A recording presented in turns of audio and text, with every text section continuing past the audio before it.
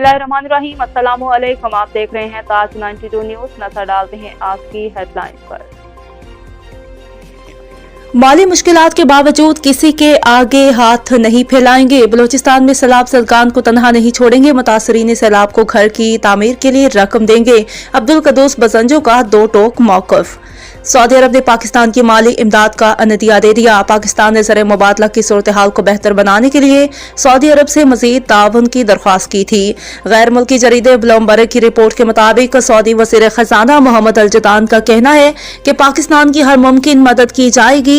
मुबैना बेटी टेरियान को कागजाती नामजदगी में ज़ाहिर न करने पर इमरान खान से जवाब तलब। शहरी साजिद ने रेड पटिशन दायर करके कहा था कि इमरान खान ने अपनी मुबैना बेटी टेरियान को अपनी कागजाती नामजदगी में ज़ाहिर नहीं किया, लिहाजा उन्हें नाअहल किया जाए। कोई दबाव नहीं, टीम मुल्तान टेस्ट में कमबैक करेगी। पाकिस्तान क्रिकेट टीम के कप्तान बाबर आजम ने कहा कि लोग क्या कहते हैं इससे उन्हें फर्क नहीं पड़ता, फोकस टीम को जितवाना है। बाबर आजम का बयान सामने आ गया। अब तक के लिए इतना ही। मज़ीद अपडेट्स जानने के लिए देखते रहें ताज 92 न्यूज।